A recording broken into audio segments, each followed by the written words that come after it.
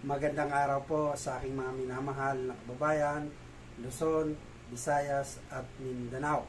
Sa ating mga kapatid na Muslim, Assalamu alaikum warahmatullahi wabarakatuh. Welcome to my vlog. Ang ating pong tatalakayin ngayon ay tungkol sa filing ng COC. Yes, filing ng COC. Last October 3, ako po ay nag-file ng COC para sa senatorial position. Dahil gusto ko pong magsilbi sa mamamayang Pilipino sa buong Pilipinas. Buo po ang aking loob sa aking pagtakbo. Masusing pag-aaral po ang aking ginawa para alamin kung ano ba talaga ang kailangan ng ating mamamayang Pilipino. Kaya po ang laman ng aking plataforma ay para sa ating mga kababayan ng mga OFW. Pangalawa, para sa mga senior citizens. At pangatlo, para sa mga estudyanteng inabutan ng K-12. Mga mahal kong mga kababayan, 183 candidates for senatorial candidates ang nag-file ng COC.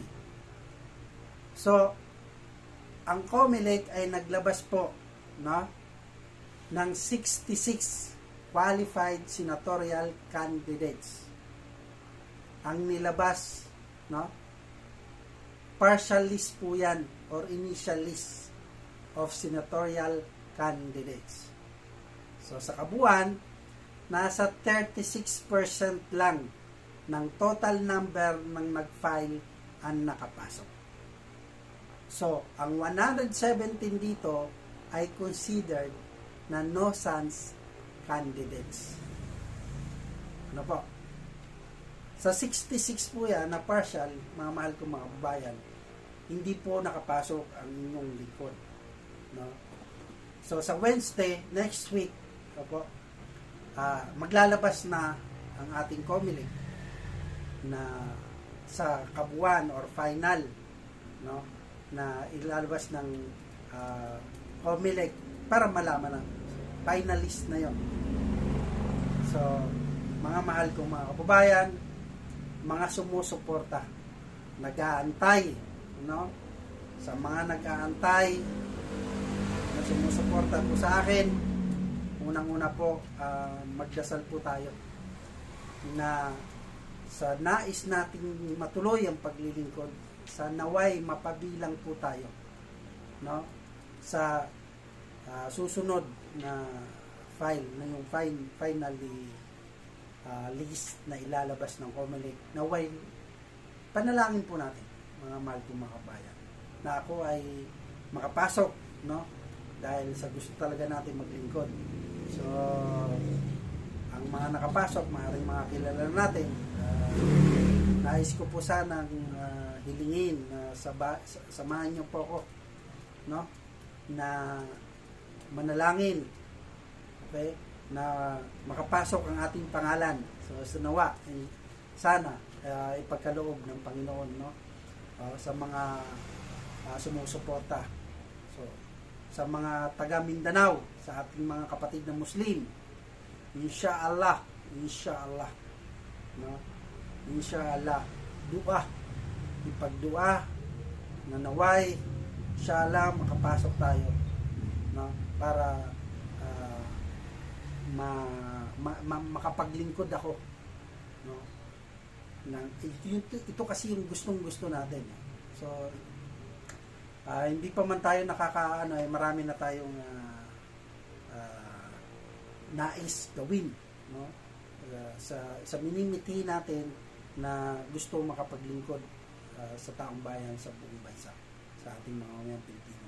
So, tulungan nyo ko na manalangin, no, sa Panginoon na naway sana'y makapabilang, no, sa next week na inshallah sa ating mga kapatid na Muslim na patuloy na sumusuporta, no. So, napakaraming nag-aantay, napakaraming nagtatanong sa mga supporters natin yan, Luzon, Visayas, Mindanao. So, sana po ay makapasok tayo. wag po tayong mawalan ng pag-asa sa kasakali na ganun pa man, worst case scenario po. Kung sakasakaling hindi po tayo pagpalain na makapasok, no, sa final list ng COMELEC, tayo po ay patuloy na maglilingkod. No, hindi tayo masisiraan ng loob dahil lang dyan. Kasi ang tunay na serbisyo daw, ang tunay na pagtulong, ay walang inaanong posisyon yan kung gusto. Ay ngayon, siguro, hindi natin alam kung anong mga nakita. So, ganun pa man, umaasa tayo. No? Patuloy tayong magsisilbi at maglilingkod sa taong bayan. Hindi man po tayo sakasakali mapasama. Pero nawa, kasi ang daming umaasa, nakikita ko, no? Daming tatanong. So, tulad ng sinabi ko po sa inyo, ang tabay lang, no? Maraming salamat sa inyong patuloy na pagsuporta na grabe talaga. Halos talagang hindi ko kasi inaantay lang natin kung sakasakali makapasok tayo, yung pag-ikot natin sa buong Pilipinas, no?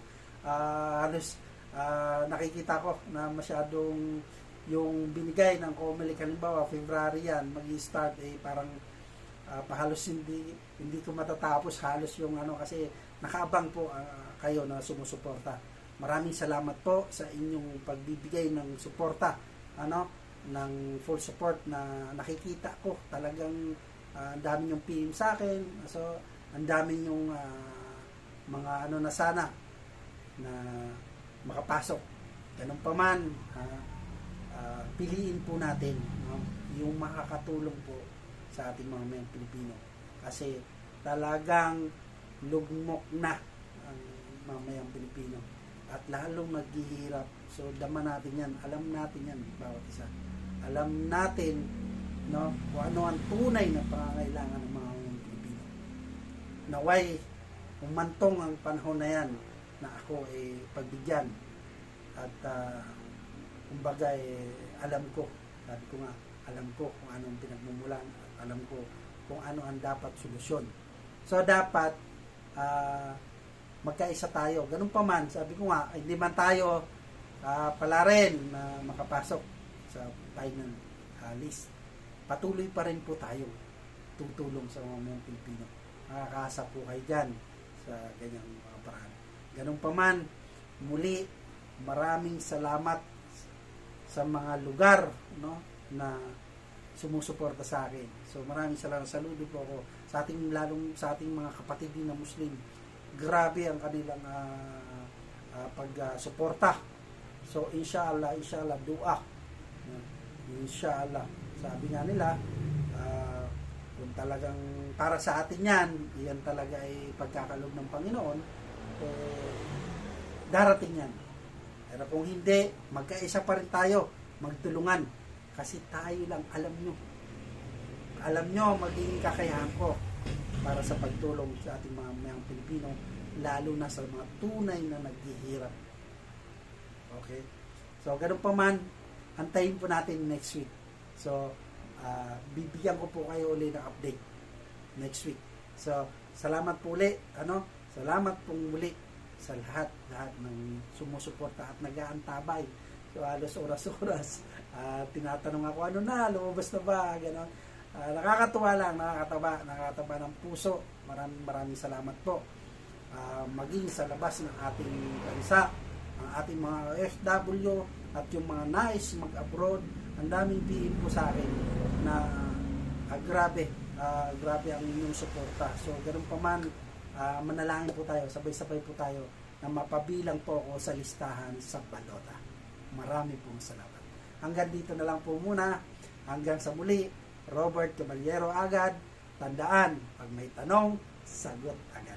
Marami pong salamat sa inyo sa pagpatuloy na pagsusuporta. Ingat po lagi kayo. Mabuhay po ang bansang